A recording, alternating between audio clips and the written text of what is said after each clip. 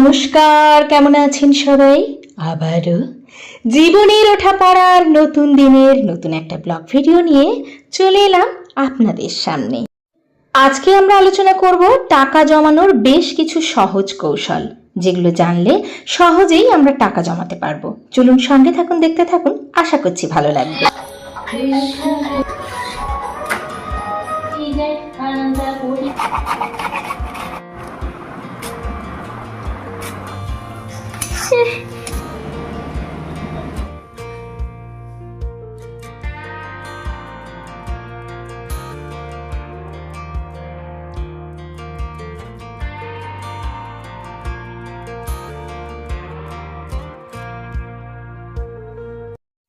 কখনো কখনো আমাদের এমন অবস্থা হয়, 10,000 টাকা বেতন হলেও কাঁদতে হয়, 20,000 টাকা বেতন হলেও কাঁদতে হয়, আবার মাসের শেষে 1 লাখ টাকা বেতন হলেও কিন্তু একই অবস্থা, সেই কাঁদতেই হয়।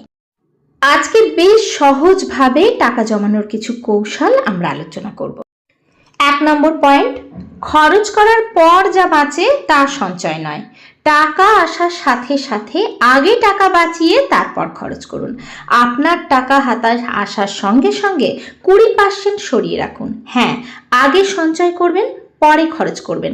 ভাববেন এটাই আপনার হাতের টাকা, এর বেশি টাকা আপনার নেই।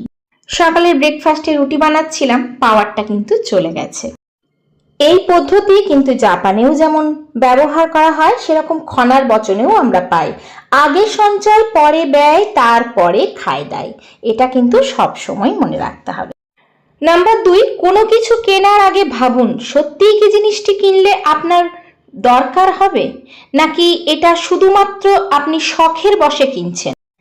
আপনি টাকাকে শরীরের একটা টুকরো বলে মনে করবেন, তাহলে দেখবেন খরচা করার আগে 10 বার ভাববেন। নাম্বার 3, কোনো কিছু কেনার আগে 72 ঘন্টা সময় নেন। সঙ্গে সঙ্গে সিদ্ধান্ত নেবেন না কোনো কিছু কেনার। এই যে আজকে না স্নান করতে যাওয়ার আগে আর সবজিগুলোকে কাটা হয়নি, তো ভাবলাম পুজো হয়ে গেছে, স্নান টান করা হয়ে গেছে, তো পুজো দেওয়া হয়ে গেছে, আর আজকে ভাবলাম যে এখানে ফ্যানের তলায় বসে বসেই কাটি। আজকে আর ওদিকে ফ্যানের তলায় বেশ ভালো হাওয়া আছে, এখন একটু বসে বসে সবজিটা কাটি, বসাও হবে তার সাথে সবজিটা কাটাও হবে। আর আজকে যেহেতু নিরামিষ, আর নিরামিষ মানেই আমাদের ঘরে হচ্ছে ডাঁটার ঝোল, পনির, এইসবই। আর ডাঁটার ঝোলটা একদম হালকা পাতলা ভাবে করি, কোনো রকমের অল্প একটু মশলা ওপর থেকে ছড়িয়ে দিই একটা ভালো ফ্লেভারের জন্য। ওটাই কিন্তু ওরা ভীষণ খুশি হয়ে খায় আর খুব ভালোবাসে। তো এই গরমের মধ্যে খুব বেশি তেল মশলা খাবার না খেয়ে যদি ওই সামান্য ডাঁটার ঝোলটাকে ভালোবাসে, তাহলে আমার মনে হয় সেটাই করে দেওয়া উচিত। আর আমি বাচ্চাদেরকে চেষ্টা করি সবসময় সবজিটা বেশি খাওয়ানোর জন্য, কারণ এটা খুবই দরকার। আর জানেন তো, আমরা যে অভ্যাসটা তৈরি করবো না, সেটাই কিন্তু ওদের মধ্যে হয়। আমরা ছোট থেকে যেটা খাওয়াবো সেটাই ওরা শিখবে। আসলে জানেন তো, গবেষণায় দেখা গেছে এটা একটা সাইকোলজির মতো।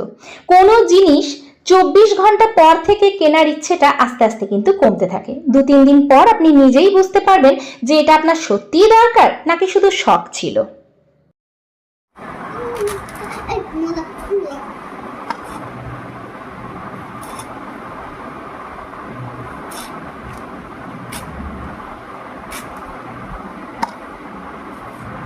ঝোল দিয়ে ভাত খাবে তুমি তো ডাঁটার বীজ খাও আবার খুঁজে খুঁজে। তোমার শীত খেতে ভালো লাগে? ঠিক আছে, ওটা হ্যাঁ ঠিক আছে। হ্যাঁ, আচ্ছা, ডাঁটার বীজে প্রোটিন থাকে।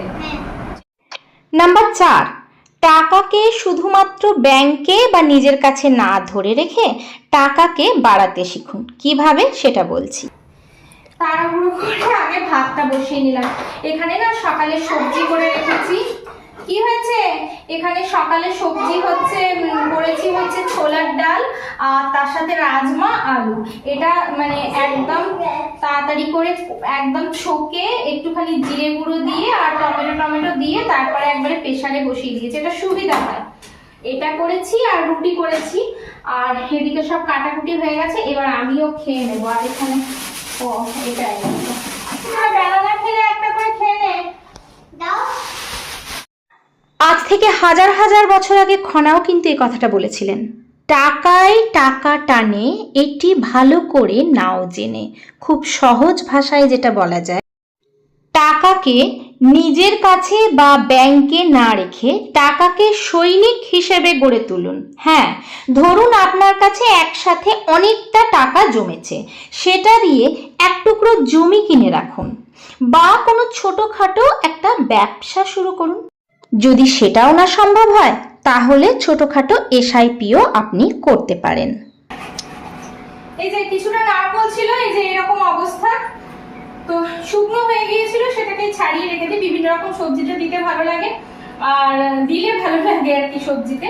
আর নিরামিষ সবজিতে বিশেষ করে অল্প একটু নারকেল দিলে ভালো লাগে। তো আজকে ভাবলাম যে অল্প একটু পালং শাক কেটেছি আর বাদবাকি পালং শাক রেখে দিয়েছি, তো আজকে একটু নারকেল দিয়ে আর এই যে পনির একটুখানি গ্রেট করে নিয়েছি, তো সেই পনির দিয়ে আজকে একটুখানি একটা সবজি বানাবো। আর এদিকে হচ্ছে ডাটা আলু বেগুনের ঝোলটা বসিয়ে দিয়েছি। অনেকটা কাজ এগিয়ে যায়, যখন খেতে যাই তখন যদি এগুলো, ওই ভাতটা একবার ফুটিয়ে নিলাম, ডাটা আলু বেগুনের ঝোলটা বসিয়ে দিলাম, এতে হয়ে এলো। শুধু এসআইপির কথা বললে ভুল হবে, এমনি কিন্তু আরও অনেক ছোট ছোট জিনিস আছে যেগুলো 500 টাকা থেকেও আপনি শুরু করতে পারেন। আপনার যেরকম জমবে সেই অনুপাতে আপনি কিছু টাকা দিয়ে যাতে টাকা আসে সেইটার চেষ্টা করুন। টাকাকে এক জায়গায় রেখে দিয়ে কিন্তু টাকা বেড়ে যাবে না, এতে কিন্তু আপনার সেরকমভাবে টাকার যে বৃদ্ধি হবে তেমনটা নয়। সাময়িকভাবে হয়তো একটুখানি হলেও হতে পারে, তবে টাকাকে দিয়ে টাকা আনার চেষ্টা করতে হবে।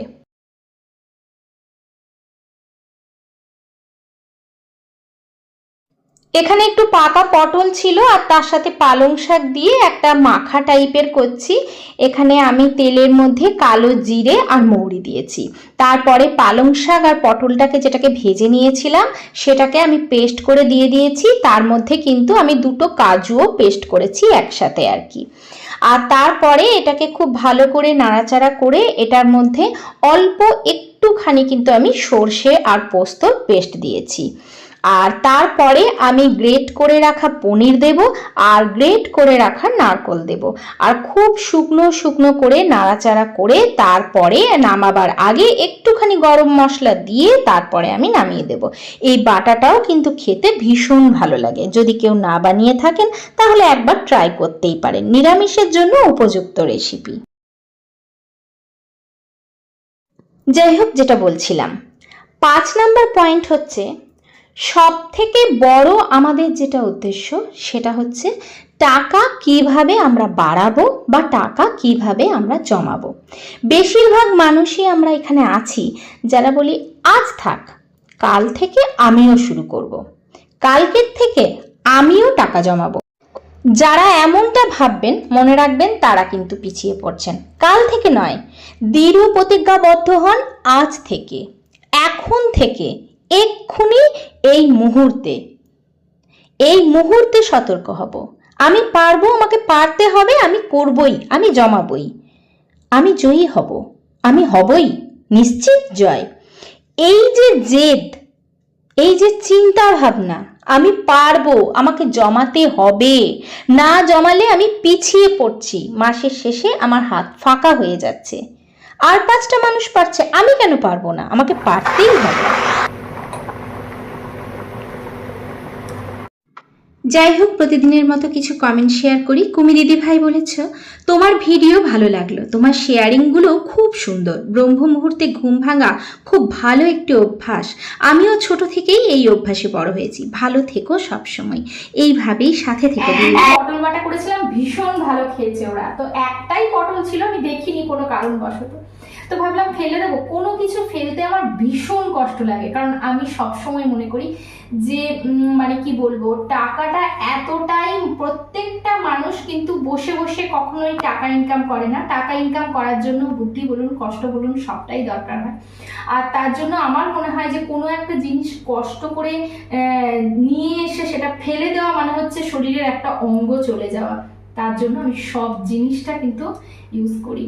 আর এই জিনিসটা যদি সবাই মনে রাখে না যে কোনো কিছু খরচা করার আগে যে আমার একটা অংশ আমি বাদ দিয়ে দিচ্ছি, যেটা আমার খুব খুব খুব প্রয়োজন, আমি সেটার প্রতি খরচা করবো, তাহলে কিন্তু বেশ ভালো হয়। যাই হোক, চলুন আগে খেতে দিয়ে দিই, আমি তারপরে রেস্ট নেবো, তারপরে এখানটা পরিষ্কার করবো, কারণ ওই দিকটা ওমা দিদি ভাই বলেছ খুব সুন্দর সকালের বাইরের দৃশ্য, এত তাড়াতাড়ি শিউলি ফুল ফুটে গেল।